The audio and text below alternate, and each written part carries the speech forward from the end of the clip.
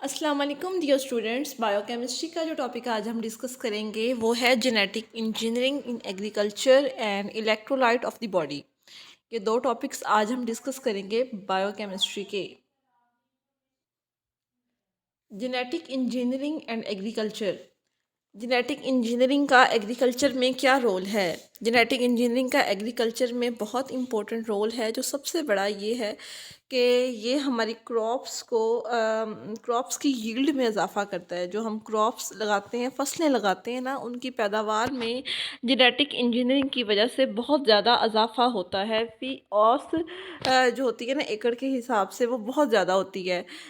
One of the best non and controversial application of genetic engineering is the creation and use of genetically modified crops.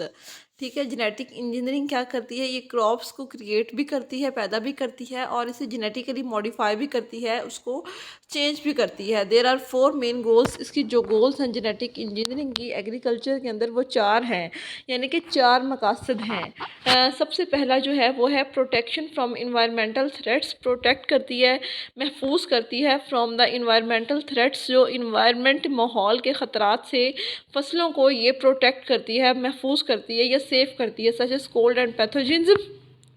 बहुत ज़्यादा सर्दी हो, ठीक है, बहुत ज़्यादा सर्दी हो, कोहर की वजह से जो फसलें हैं वो जल जाती हैं, ठीक है।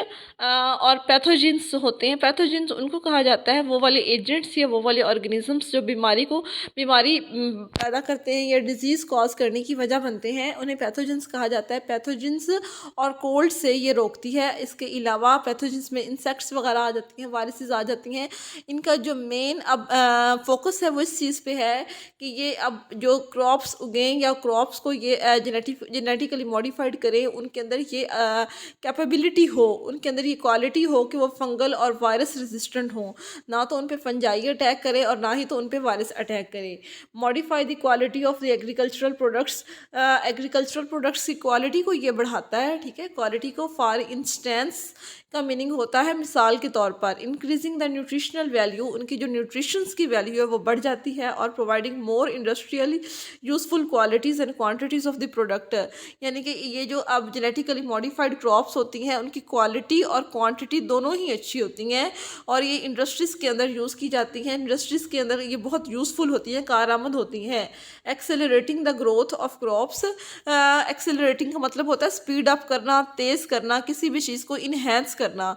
फसलों का जो ग्रोथ रेट है उनका वो ये बढ़ा देते हैं। मिसाल के तौर पर अगर एक फसल जो है वो फर्टिलाइज़र्स के बगैर या जेनेटिकली मॉडिफाइड नहीं है वो, तो वो टाइम लेती है 6-7 माह का, ठीक है।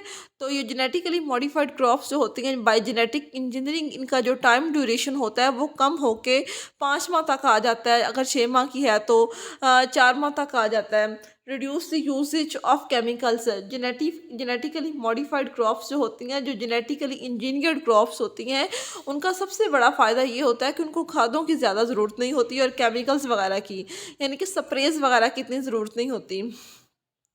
Reduce the usage of chemicals. Reduce कम करती हैं the usage of chemicals. Chemicals का इस्तेमाल कम होता है, सच एज फर्टिलाइजर्स, जैसे कि खादें वगैरह, एंड पेस्टिसाइड्स। पेस्टिसाइड्स कहा जाता है हशरात गश को, जो हशरात को मारते हैं, ठीक है। पेस्टिसाइड्स में स्प्रेज वगैरह आते हैं।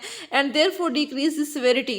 सिवेरिटी कहा जाता है शिद्दत को, ये शिद्दत को रोकती है कि ये अगर पेस्टिसाइड्स वगैरह हम यूज़ करें, फर्टिलाइजर्स यूज़ करें, तो क्या होगा, इन्वायरमेंट जो है वो पोल्यूट होगा, आलूदा होगा।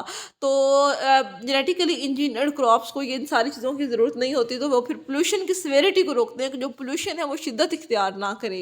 And the frequency the damage produced by the chemical pollution. अगला जो टॉपिक हम डिस्कस करेंगे वो है electrolytes of body. Electrolytes of body क्या होते हैं? इलेक्ट्रोलाइट जो वर्ड है वो लिया गया है इलेक्ट्रिसिटी से। इलेक्ट्रिसिटी के अंदर डिफरेंट चार्जेस होते हैं। Electrolytes are minerals. इलेक्ट्रोलाइट्स जो होते हैं वो मिनरल्स होते हैं इन योर ब्लड। हमारे ब्लड के अंदर जो minerals and other body fluids और दूसरे बॉडी फ्लूइड्स जो होते हैं, लिक्विड मटेरियल जो होते हैं, that carry an electrical charge, जिनके ऊपर चार्जेस होते हैं। इलेक्ट्रोलाइट को हम डिफाइन करें तो इस तरह से कर सकते हैं कि मिनरल पार्टिकल्स या कोई बॉडी फ्लूइड जो जिनके ऊपर चार्ज हों खून के अंदर, तो उन्हें इलेक्ट्रोलाइट कहा जाता है। इलेक्ट्रोलाइट की जो अब इलेक्ट्रोलाइट किस चीज़ पे अफेक्ट करता है डायरेक्टली, वो पानी की कंजप्शन पे करता है। अगर तो जिस्म में पानी की मिकदार नॉर्मल है, ठीक है, तो क्या होगा कि इलेक्ट्रोलाइट्स बॉडी में ज़्यादा होंगे। अगर डिहाइड्रेशन है, स्वेटिंग के थ्रू डिहाइड्रेशन होती है, पसीना बहुत ज़्यादा आता है, तो क्या होता है, मिनरल पार्टिकल्स भी जिस्म से बाहर चले जाते हैं, ठीक है। तो इलेक्ट्रोलाइट की कमी हो जाती है, तो इसकी कंजप्शन को, इसको दोबारा से फुलफ़िल करने को, इसकी नीड को, तो हम पानी पीते हैं। Electrolytes affect the amount of water, the acidity of your blood, your muscles function, and other important process. You lose electrolytes when you sweat. जब आपको पसीना आता है तो आपके इलेक्ट्रोलाइट्स आपके कम हो जाते हैं। You must replace them by drinking water, तो आप इसे रिप्लेस कर सकते हैं पानी पीने से। सम कॉमन एग्जांपल्स या जो कॉमन इलेक्ट्रोलाइट्स हैं वो कौन कौन से हैं? कैल्शियम है, क्लोराइड है, मैग्नीशियम है, फास्फोरस है, पोटाशियम है, सोडियम है। ये कॉमन इलेक्ट्रोलाइट्स हैं जो हमारे बॉडी के अंदर पाए जाते हैं।